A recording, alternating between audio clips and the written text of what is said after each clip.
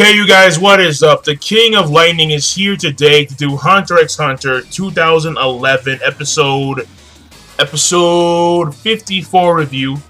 And this week's episode of Hunter x Hunter overall, it was okay. It was okay because, well, basically, it was okay.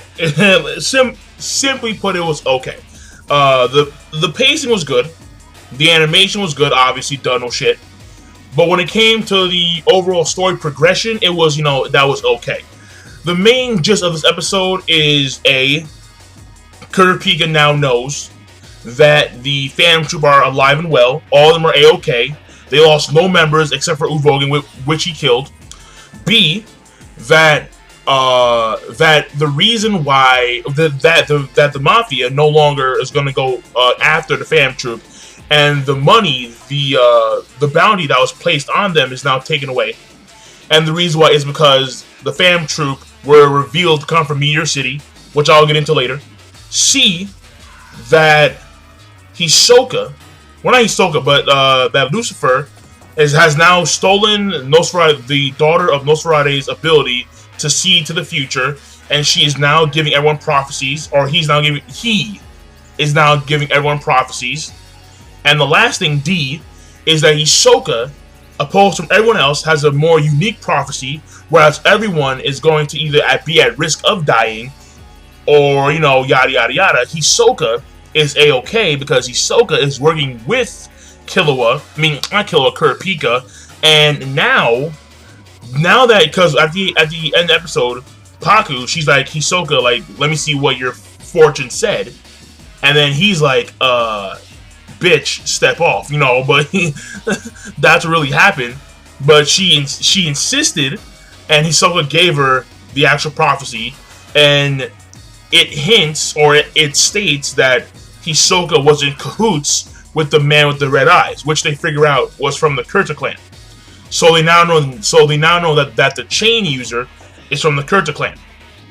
And according to the prophecy, or the fortune telling, it appears that Hisoka was working with the man with the red eyes, thus the chain user. And now Nobunaga is going to go on a tear and try and take on Hisoka, which normally doesn't work out well. It really doesn't. Like, there's something about being gay in a shonen where it makes you fucking devastating. I don't know why, but when you're like a pedophile, queer, gay, you are a fierce dude. You normally are a fierce motherfucker. I mean, look at Sensui, look at Orochimaru, and Hisoka is no fucking difference. Like, my God, like, what the fuck? Like, I'm just saying.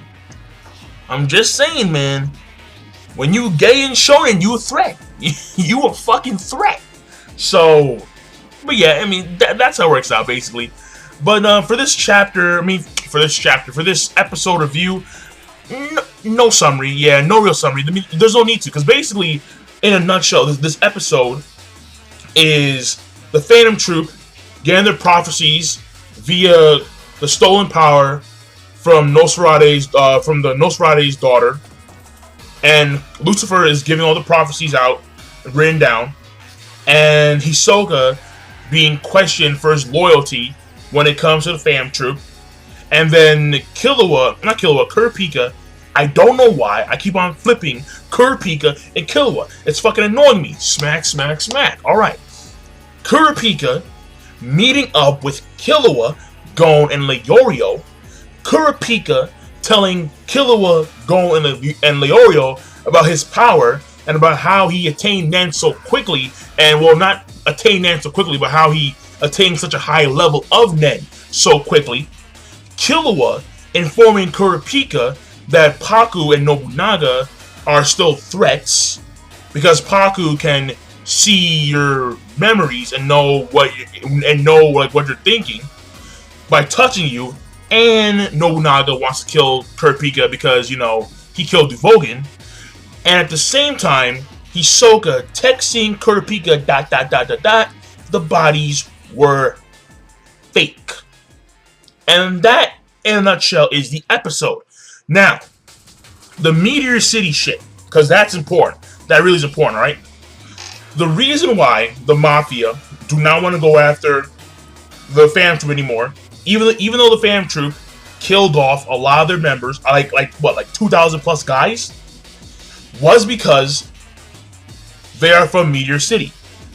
And Meteor City, what it really is that apparently, according to Hunter history, 1,500 years ago, people could just throw shit in this random area. And this area got really, really, really, really, really fucking big. Now, what wound up happening is that in this area, they actually wound up throwing away people, like kids, and throwing away in this area. And as a result, people were actually, being, raised in this area of just junk and garbage.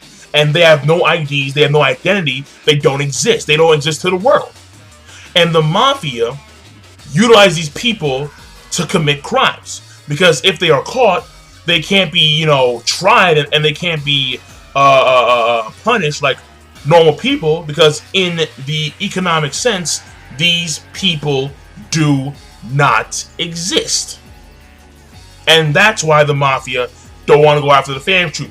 They don't want to break their ties, their connections, their bond to Meteor City. That simple. And at the same time in this episode, the ending, the way Hisoka changed, because he did change it. The way he changed the prophecy from the original statements to the altered statements that Nobunaga and Paku read, well, you will see how he did that next week. Because next week is gonna show you just how fucking devastating gay guys are. Like it's not even funny. It's like, what the fuck? But devastating. So, but yeah, that was it. Like that's the episode right there. Like in a nutshell. Like that's what it is. So I'm done. So this is King Lightning. Be sure to rate, comment, and subscribe as always. And I'm signing out. Peace. Have a nice day. Is that it? Hold on. Let me think. Hold on. Oh yeah. There is one thing. I forgot to mention this. I'm sorry. But according to the prophecy which Lucifer gave his men, they're gonna lose they're gonna lose 5 Phantom Troupe members by, I believe, like a 2-week time span. And this is if they continue to hunt Kurapika. And that's why Lucifer, he suggested that we, go back home. Because if we go back home, we won't lose members. But if we continue to hunt down Kurapika, we're going to lose members of the Phantom Troupe. And according to the prophecy, half of the spider's legs will be gone.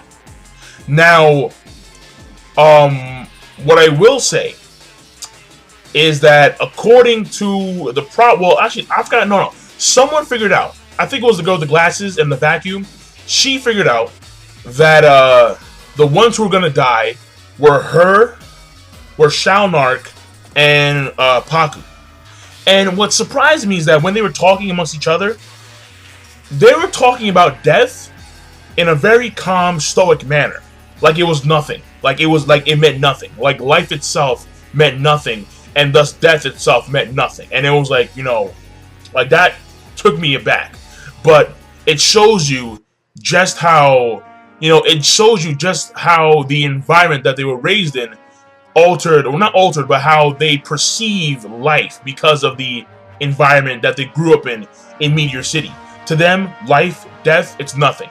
Because Shalnark even stated that, we'll die, but we need to be sure that, that the people who are assets to the group stay alive. Like Paku, she's an asset to the group.